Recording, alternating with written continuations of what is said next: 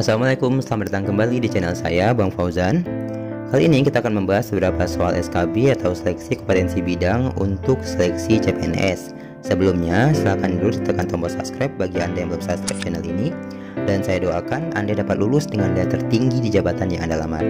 Silahkan juga berikan komentar kira-kira soal SKB di bidang apa lagi yang menarik untuk kita bahas selanjutnya. Tapi untuk kali ini kita fokus dulu di bidang keuangan. Mari kita mulai.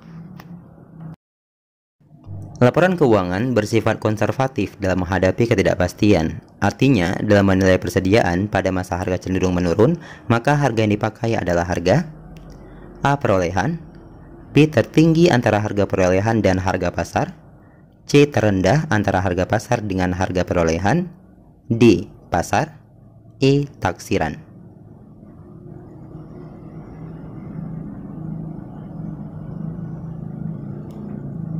Ya, jawabannya C. Karena untuk menilai suatu barang saat harga cenderung menurun digunakan ketentuan harga terendah antara harga pasar dengan harga perolehan, supaya hal ini dilakukan agar tidak terjadi kerugian dalam menilai barang. Soal nomor 2. Salah satu unsur dalam pengertian pajak adalah A. Adanya kontraprestasi langsung yang didapat, B. Tidak harus didasarkan pada undang-undang, C. Sifatnya dapat dipaksakan, D. Untuk membayar utang luar negeri yang jatuh tempo, atau E. Melihat status pelaku wajib pajak.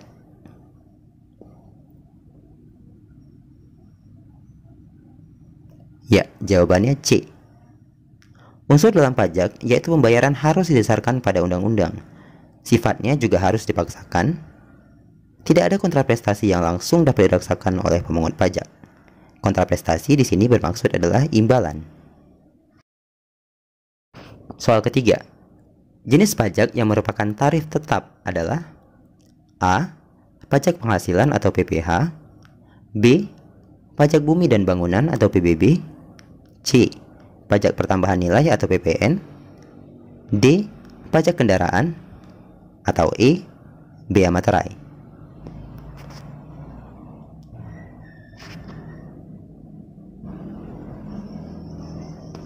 Ya, jawabannya E. Bea materai. Hal ini sesuai dengan Undang-Undang Nomor 13 Tahun 1985 yang selanjutnya dijalankan dengan peraturan pemerintah RI Nomor 24 Tahun 2000. Tarifnya sebesar 3.000 dan 6.000 dan tarif ini merupakan tarif tetap. Soal keempat. Mata uang antar negara berbeda-beda tetapi uang mempunyai fungsi yang sama sebagai alat tukar dalam pembayaran. Untuk memudahkan dalam membandingkan nilainya, maka digunakan A. Standar uang, B. Undang-undang, C. Kurs, D. Alat tukar, atau E. Seluruh jenis logam mulia.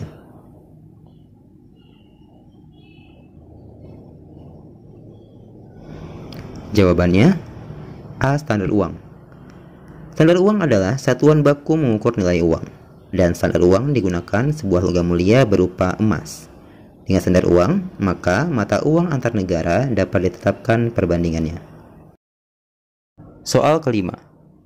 Faktor utama yang mengakibatkan naik turunnya nilai uang adalah A. Jumlah uang yang beredar, B. Kegiatan ekonomi, C. Keseimbangan jumlah uang dengan kegiatan perekonomian, D. Naik turunnya keadaan politik luar negeri, atau E. Ketersediaan barang dan jasa. Ya, jawabannya C. Keseimbangan jumlah uang dengan kegiatan perekonomian akan menunjukkan kondisi nilai yang stabil. Jika tidak seimbang, maka akan terjadi fluktuasi naik atau turunnya nilai uang. Soal ke-6. Retribusi daerah adalah pungutan sebagai pembayaran atas jasa yang disediakan oleh A. Pemerintah daerah, B. Pemerintah pusat, C. Kabupaten, D. Negara, atau E. Perseorangan. Ya, jawabannya A. Pemerintah daerah. Hal ini sesuai dengan Undang-Undang Nomor 28 Tahun 2009 tentang Pajak Daerah dan Retribusi Daerah atau PDRD. Yang dimaksudkan dengan retribusi daerah adalah pungutan sebagai pembayaran atas jasa yang disediakan oleh pemerintah daerah. Soal ketujuh.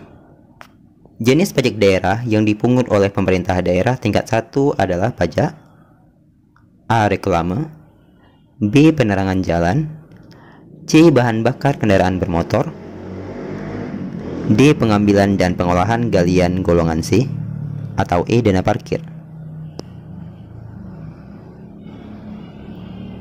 Jawabannya C.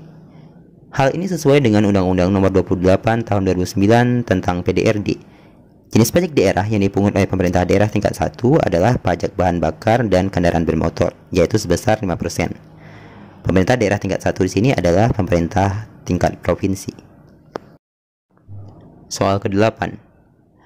Keseimbangan moneter sebagai indikator bahwa perekonomian dalam keadaan baik yang ditandai dengan A. Daya beli masyarakat meningkat, B. Stabilitas nilai mata uang, C. Pendapatan masyarakat meningkat, D. Pertumbuhan ekonomi, atau E.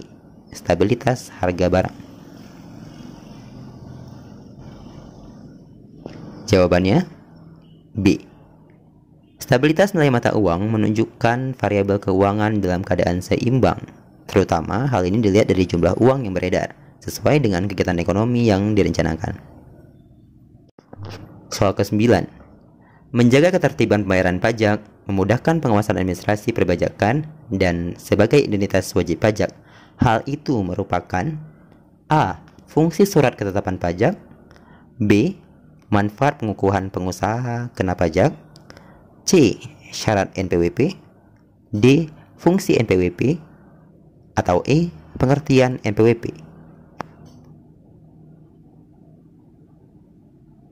Jawabannya D.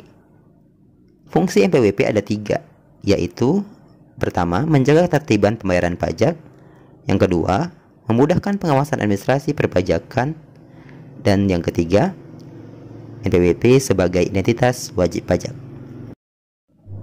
Soal ke-10. Pemerintah dalam memungut pajak minimal harus memiliki 3 variabel, yaitu A. Subjek pajak, objek pajak, dan tarif pajak, B. Subjek pajak, objek pajak, dan hukum pajak, C. Tarif pajak, hukum pajak, dan wajib pajak, D. Wajib pajak, objek pajak, dan hukum pajak, E. Objek pajak, hukum pajak, dan wajib pajak.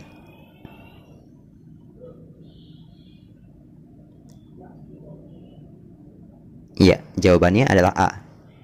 Pemerintah dalam memungut pajak minimal memiliki 3 variabel penting, yaitu subjek pajak atau siapa yang menanggung pajaknya, yang kedua, objek pajak atau apa yang dikenakan pajaknya, dan yang ketiga, tarif pajak atau berapa besar pajak yang diberikan.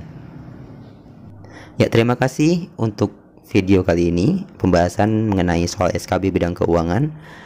Jangan lupa tinggalkan komentar Anda untuk soal-soal SKB bidang lainnya yang ingin kita bahas.